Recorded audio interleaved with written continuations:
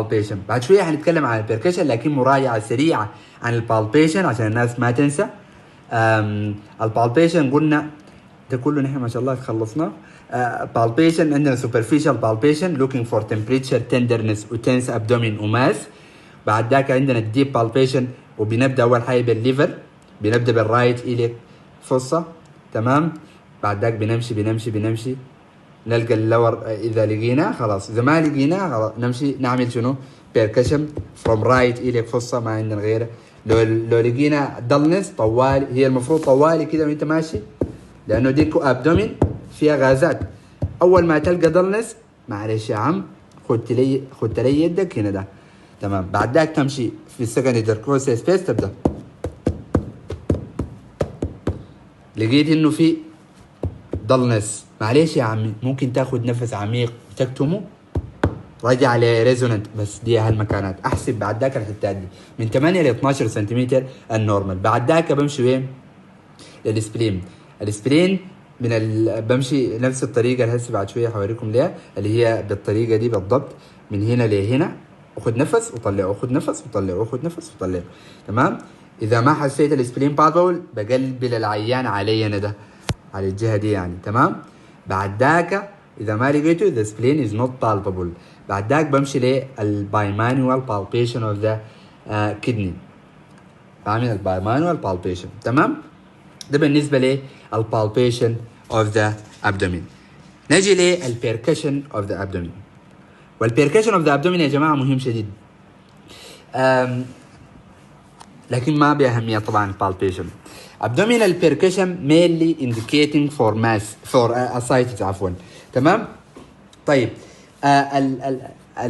البيركشن ده اول حاجه انا ببدا من المره دي ما من الرايت لك فصل، المره دي من اللور ايدج اوف ذا sternum اللي هي اسمها زيفستيرنم، اسمها زيفويد اكزيفويد بروسيس او زيفويد بيقول الناس اكزيفويد بروسيس.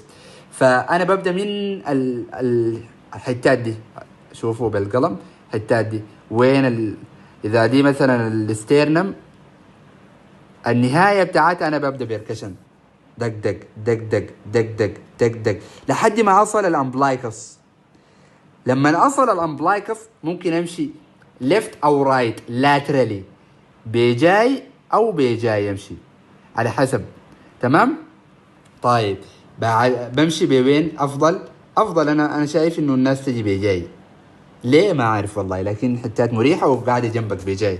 تمام. بعد ذاك تعمل بيركشن لحد ده كله المفروض يكون شنو؟ ريزونانت. اول ما تلقى ضلنس معناها في فلويد او ماس.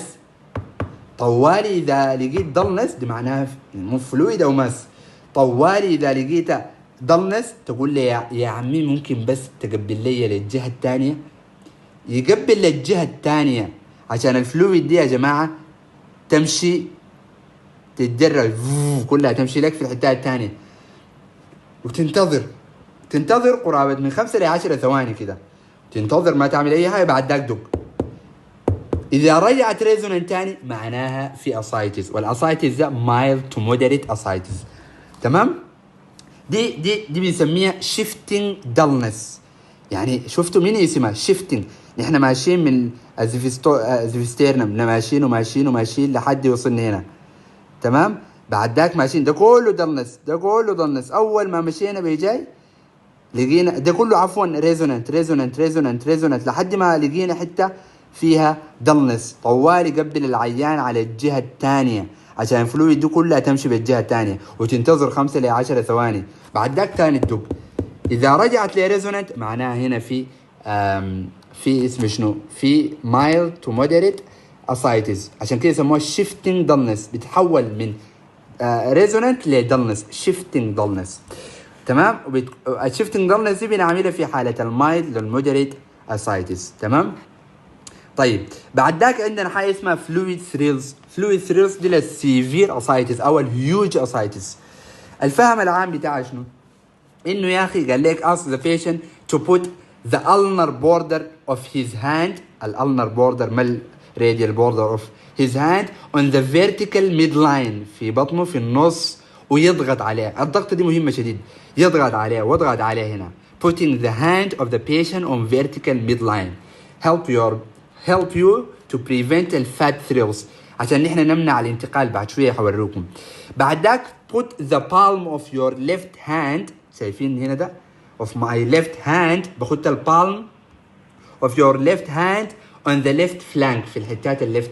and use your dorsal surface of the fingers of your right hand to tap on the right flank for 3 to 4 times a week. الكلام ده يعني شنو؟ يعني انا بعمل الحركه دي كويس، نفس الحركه دي، وبدق دق دق دق دق. تمام؟ اذا الدقه دي انا حسيتها في الحتات دي، في الحتات اللي انا خدت فيها البالم دي، معناها انتقلت الاشارات للحتات الثانيه، انتقلت الاهتزاز ده انتقل للحتات الثانيه. اول ما انتقل لحتات ثانيه معناها في فلويد. دايما نحن في الفيزياء بيقول لك the fluid يعني is accentuate الاهتزازات بالانجليزي شنو والله ما متذكر. المهم بتزيد الاهتزازات. فاذا كان whenever there is more fluid there is more transmission للاهتزاز ده. اول ما دقيت بجل حتظهر بهناك، فطوالي انت بتحس. دي في حاله شنو؟ السيفير او الهيوج اسايتس. تمام. ده بالنسبه للبيركشن. كده عرفنا انه البيركشن فيه حاجتين بس، انه نمره واحد الشيفتنج دلنس، وده للمايلد للمودريت اسايتس، والهيوج اسايتس بيعمل لها فلويد ثريل. تمام. نجي لاخر حاجه اللي هي الاوسكالتيشن. اللي هي بسمع بالسماعه. الاوسكالتيشن اول حاجه بسمع، اهم حاجه في الموضوع ده كله لو سمعت او حاجه واحده دي كفايه. بسمع الباول ساوند اللي هي نمره واحد مكاني هنا. دائما الباول ساوند يعني افضل اريا تسمع فيها. لو سالوكم what is the best area that is heard the bowel sound، تقول له يا اخي اليوسيكال جنكشن، في حتات اللي بنسميها اليوسيكال جنكشن. تمام؟ اللي هي الحتات دي. تمام؟ نمرة واحد اللي هي الباول ساوند. put your stethoscope or right إليك فصة and wait for 1 minute. تمام؟ normally you will hear bowel sound after 5 to 10 seconds. المفروض اسمع بعد 5 ل 10 ثواني، او اسمع لمدة 5 دقائق. تمام؟ واسمع لي مثلا يعني عدد معقول من الباول ساوند. معقول يعني ما هي في رينج معين، اي نعم، لكن معقول.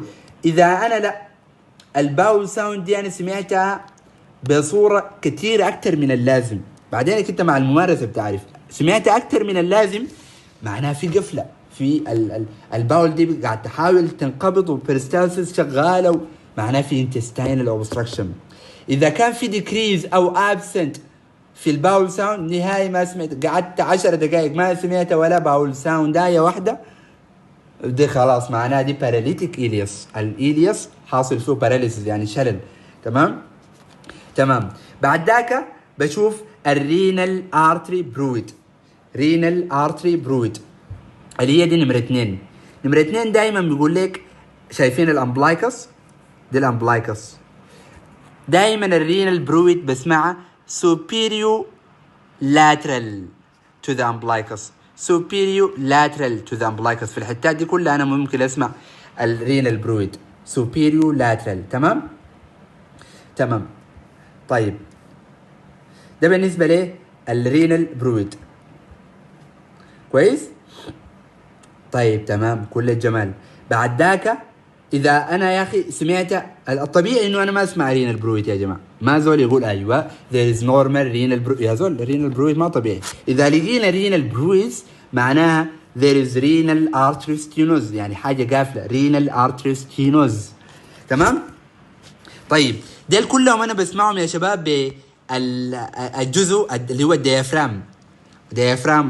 طبعا السماعه عندها ديافرام وعندها بل. الديافرام دي الجهه الكبيره والبل دي الجهه الصغيره. تكلمنا في الموضوع ده في الكارديو.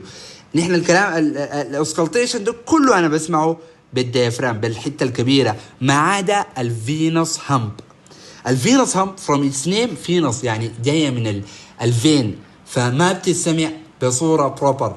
عشان كده نحن بنسمع بالحتات الصغيره. البل بما ان هي صغيره بتسمع لنا لو بيتش ساوند.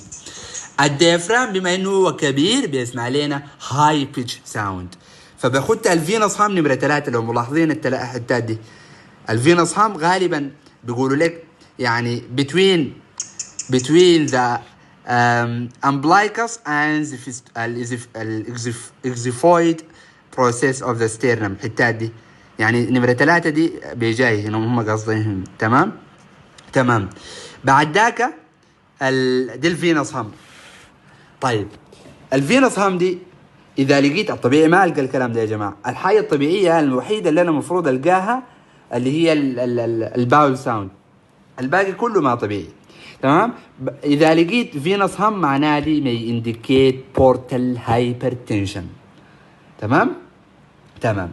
طيب epigastric murmur دي ما علينا indicating tricuspid regurg اللي قبل ذكرناه. splenic fracture ايوه في حاجه نقطه مهمه. انا اذا لقيت هيباتوميجالي لازم اعمل للهيباتيك برويد. اذا لقيت سبلينوميجالي لازم اعمل سبلينيك رب يا جماعه. الحاجه دي الناس بينسوها. there is سبلينوميجالي كده ويحافظ ما شاء الله يجي للبيركشن او للسكالتيشن عفوا ما يعمل السبلينيك رب. لازم تسمع بالسماعه بالديافرام بالكبير سبلينيك. اذا فعليا في يعني سبلينوميجالي ممكن تلقى سبلينيك رب وممكن ما تلقى، لكن هي فايندنجز يعني. تمام. تبحث عنها السبلينيك رب في مكانات السبلين في الحتات دي. تمام. الحتات دي كلها انا ممكن القى فيها السبلينيك. تمام. السبلين ما هنا ده قاعده ليفر اسمها هيباتيك برويد الحتات دي. تمام. فبالتالي الحاجات الكبيره اللي انا دايركم تطلعوا منها اول حاجه الباول ساوند. الباول ساوند في ناس بيقول لك يا اخي اسمعها around the umbilicus برضه ممكن تسمع، لكن افضل حته تسمع فيها الباول ساوند في الإليوسيكال جنكشن نمره 1 دي.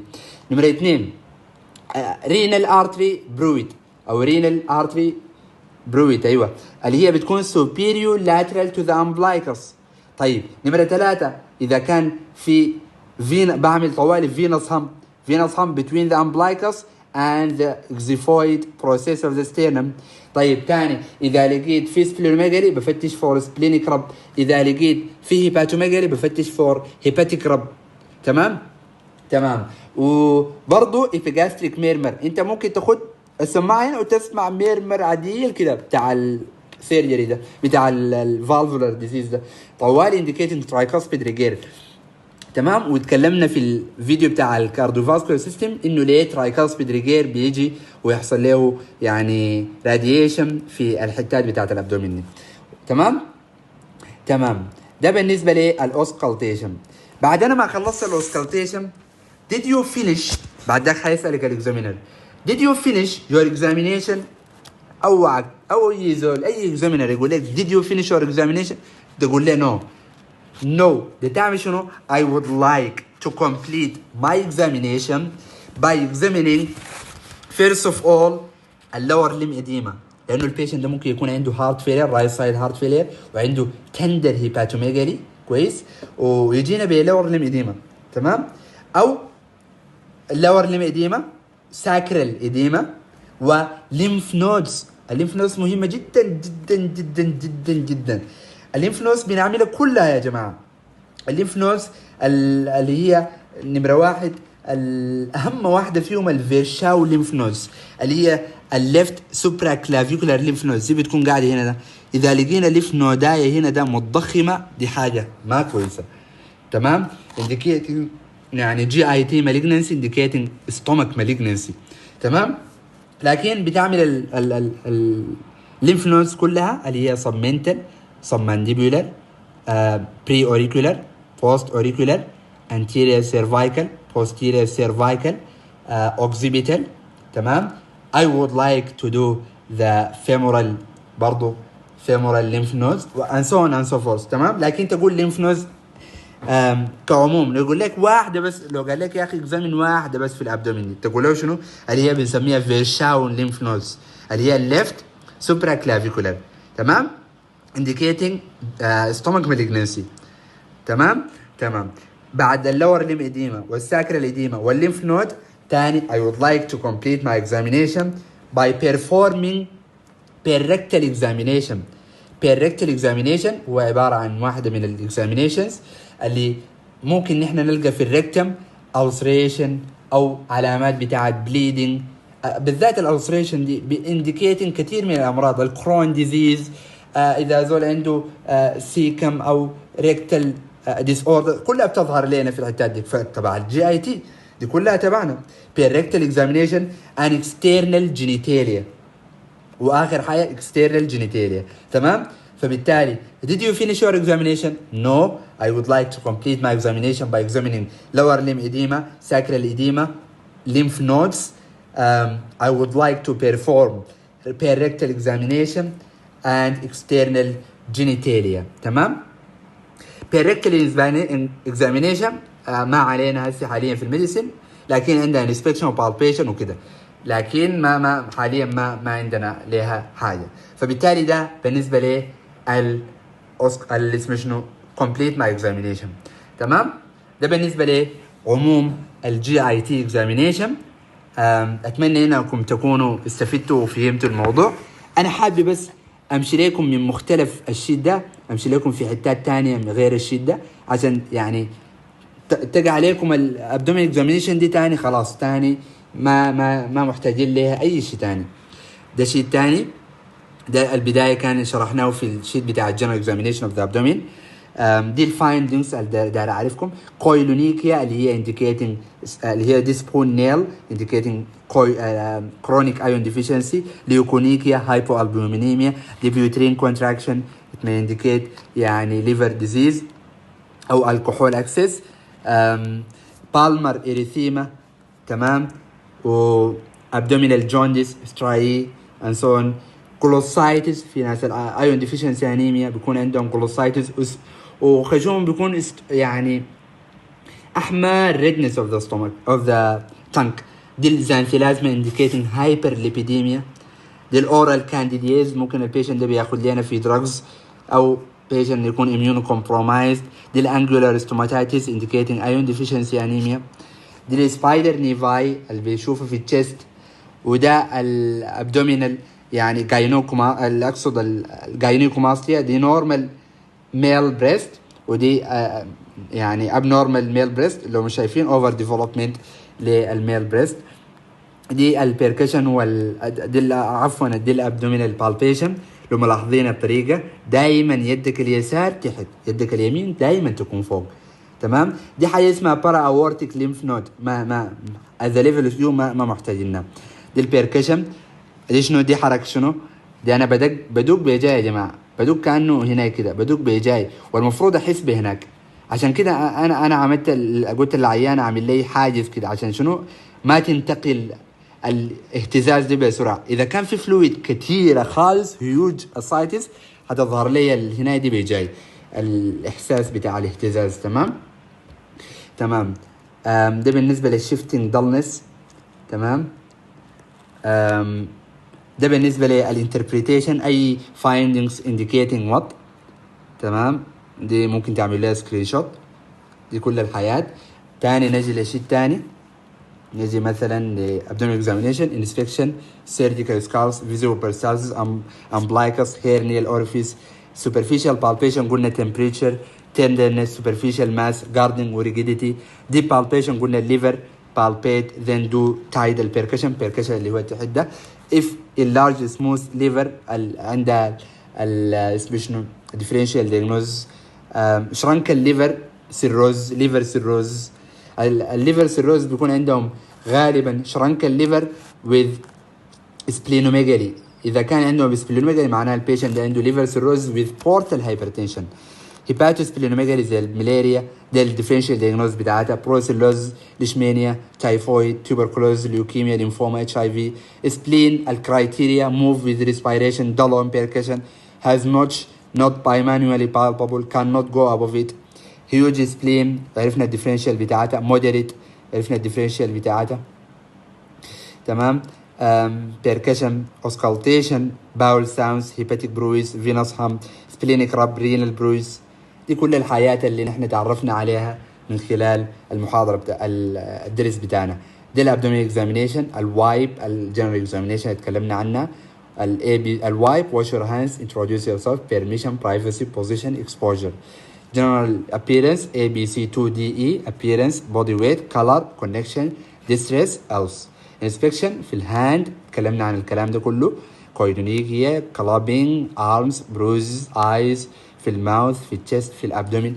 يعني انتوا اذا ظبطتوا المحاضرة تاني ما حتكون ان شاء الله عندكم اي مشكلة في الابدومين examination. ده superficial palpation ده الديب palpation نفس الكلام بتاعنا. percussion والسبلين auscultation and so on and so forth. The examination local examination symmetry abdominal distension skin lesion striae inverted ولا everted. تمام. ده السيفستيرنم يا جماعة. left upper quadrant في ناس بيعملوها كده و right upper quadrant right lower quadrant و left lower quadrant عشان كده بنقول عليها الربع. دي ربع ودي ربع ودي ربع ودي ربع. تمام. تمام. palpation superficial palpation قلنا برضو نبحث عن الجاردنينج والريجيديتي. ده جاب لك الفرق بجدول. deep palpation الليفر عرفنا كيف نعملها. السبلين الجول بلادر اللي احنا ما بنعملها. الكدني. تمام. دي الطريقة يا شباب المانوفر اللي شايفين of the bimanual palpation of the kidney. الفرق بين الكدني والسبلين بس بنعرفها بالكرايتيريا of the spleen والباقي عكس طوالي في الكدني. تمام. الكوز اوف هيباتوسبلينوميجالي. دي البيركشن ليفر سبان للليفر السبلين اسايتس. تمام. اوسكالتيشن للباول ساوند فريكشن رب ارتيريال برويد فينوس هام. تمام. فدي كلها يعني دي الجنرال اكزامينيشن. لو ملاحظين دي اليوكوبليكيا كونديشن بيكون في وايت سبوتس في التانك او في الميوكس ممبرين. دي جيوغرافيك تانك. دي غالبا ما بتلقوها في الامتحانات لكن يعني للمعلومية جيوغرافيك يعني كأنها خريطة. جيوغرافيك تانك مع الكرونيك انفلاميشن. دي الانجولار ستوماتايتس لما لاحظين في الادجز اوف ذا تانك.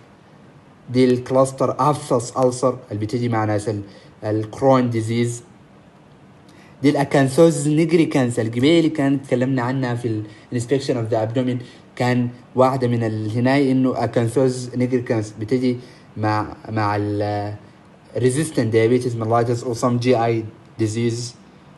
as a summarization of يعني what all we all mentioned يعني general inspection hands nails arm face الحاجات اللي findings اللي ممكن you can elicit في الابدومينال examination.